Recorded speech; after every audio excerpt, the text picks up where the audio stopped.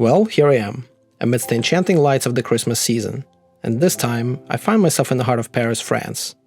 A city synonymous with elegance, fashion, culinary delights, and an artistic fervor that permeates its very streets.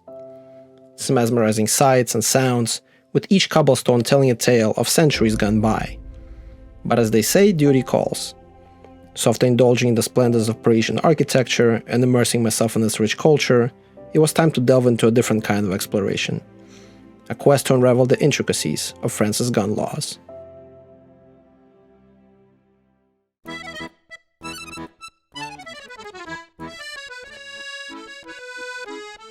France, a nation forged in the crucible of history, where the echoes of the revolution still reverberate through the cobblestone alleys.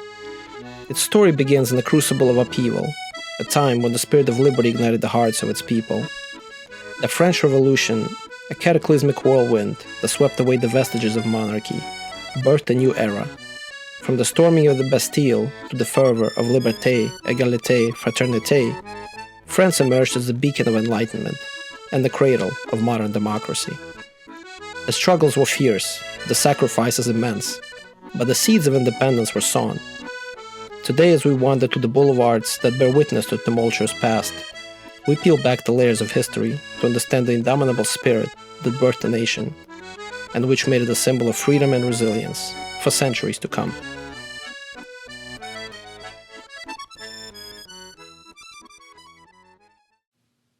But since no true liberty is complete without the freedom to defend oneself, here are the French gun laws and statistics in a nutshell. As surprising as it may sound, France has quite a lot of firearms in civilian hands, about 12 million to be exact, which works out to about one firearm per every 5 people. Well, this is where it starts getting complicated. The French law requires permits for most firearms, which are divided into the following categories. Category D, which does not require a license, and includes any original firearm made before year 1900, as well as black powder guns, BB guns, and self-defense items such as pepper spray, and anything that is considered less than lethal. Category C encompasses non-semi-automatic firearms, such as bolt-action rifles and pump-action shotguns, as long as they're not high capacity, and requires a hunting or a trap shooting license, which includes an exam and licensing fees. The firearms purchased under this license could be kept for life, and the license does not require renewal. Next up is Category B, which covers semi-automatic pistols, shotguns, and rifles, including AR-15s or similar, as well as any weapon from the C category that has a barrel length below 17.5 inches. The license for these weapons must be renewed every 5 years and re-verified annually, otherwise it is automatically revoked. Next and final category is Category A, which includes fully automatic and high-capacity firearms. This category is restricted to civilians. But what kind of weapon can you carry, may you ask? Guess what? Carrying any weapon, even pepper spray, is strictly prohibited. Extremely rare exceptions are theoretically possible with a special permit that exists on the books, but which is practically impossible to obtain. Gun laws in France have become increasingly more restrictive over the past 20 years, with many people ending up losing their firearms amidst the ever-increasing gun regulation that is well on its way to becoming draconian.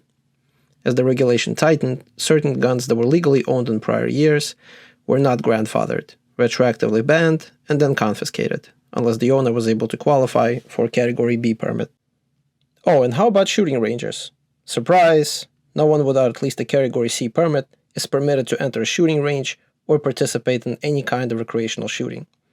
Several years ago, it was still possible if your friend had a permit and belonged to a shooting club, but even that door has been closed in recent years. But how did these gun control measures affect crime rates? Let's examine these statistics in more detail.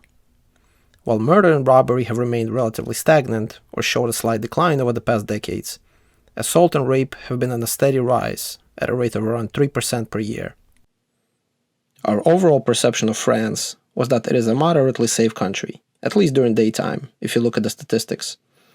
And as we explored Paris, we noticed quite a heavy police and National Guard presence around the city center and major tourist areas. Although the way one particular service member carried his assault rifle in a crowded marketplace didn't make me feel very safe at all.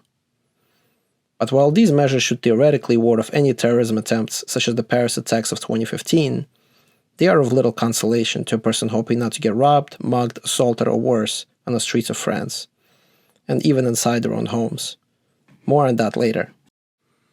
Of course, I wasn't going to settle for just online statistics, so my next stop was one of the Parisian gun stores.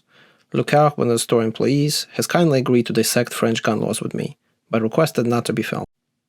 As expected, the selection compared to the American gun stores was extremely limited. But what really struck me is that stores are prohibited from even displaying any gun that is in the B category.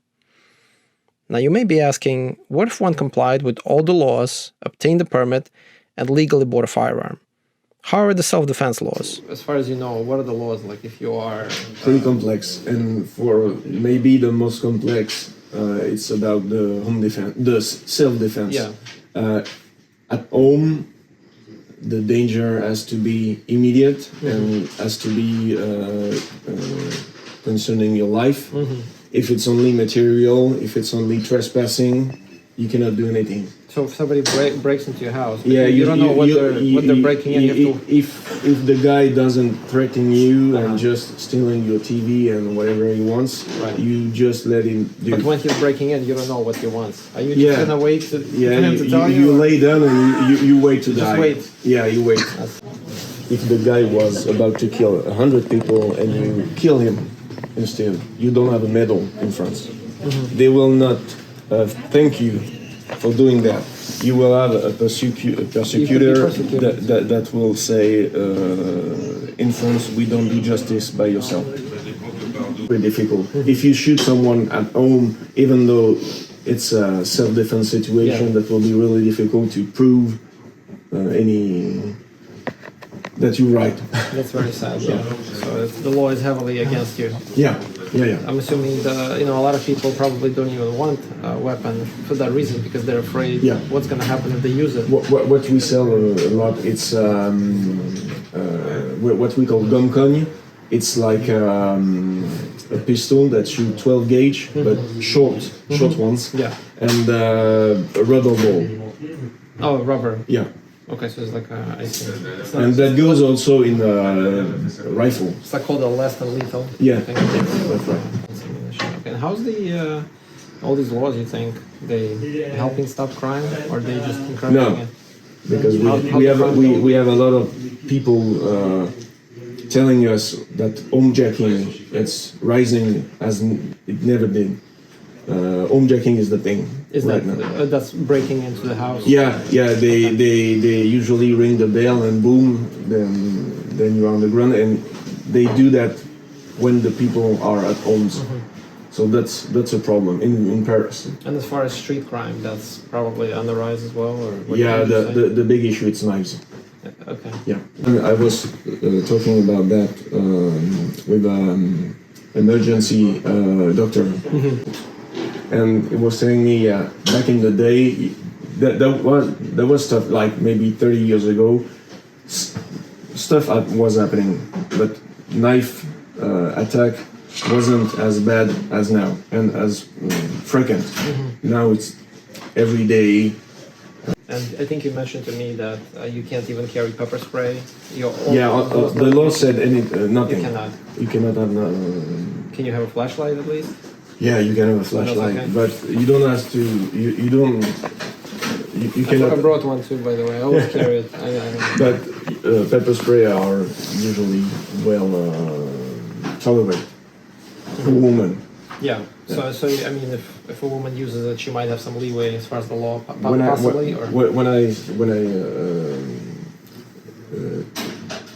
I say advice to a woman who want to have a pepper spray, I usually say use it and go, and you don't leave your number to the guy. You just go home and you don't even involve the police, because first of all they don't do anything because they can't. They don't. They want to, but they can't. The guy is pick it up. He stay 24 hours in custody, and then it go out. So it doesn't make any good. And the woman, if she defends herself by smashing the guy, or if the guy is hurt, some guys sue the people who was assaulting. That is so sad. So it's like a total. That's unfortunate. Yeah. This is like that. Wow. Okay. And I think you mentioned too that you're originally from the more countryside. Where people have more guns. Yeah. I'm assuming. Tell me if I'm wrong, but I'm assuming crime is a little bit lower there. It's not the same. We have robbers like any places, but it's not more. It's not as violent. That is in town. Yeah. To sum up, ban after ban, restriction after restriction. But wait, this looks promising. This looks great. Unfortunately, it's not real. And as it turned out, totally legal. I saw a guy on YouTube having a real one in photo. It's quite funny. Well, at least carrying a flashlight isn't banned. For now. Thank God. Humor aside, the gun laws in France looked pretty hopeless to say the least. But my disappointments on this trip did not end there. As excited as I was to visit the Louvre Museum, one of my favorite paintings was not on display at this time. The iconic Lady Liberty Leading the People by Eugène Delacroix was out on maintenance until spring of 2024. To me, this painting always represented the spirit of freedom, akin to that which gave birth to the United States, and sustained it through many difficult times. And I was quite bummed that I did not get a chance to marvel at its magnificence in person.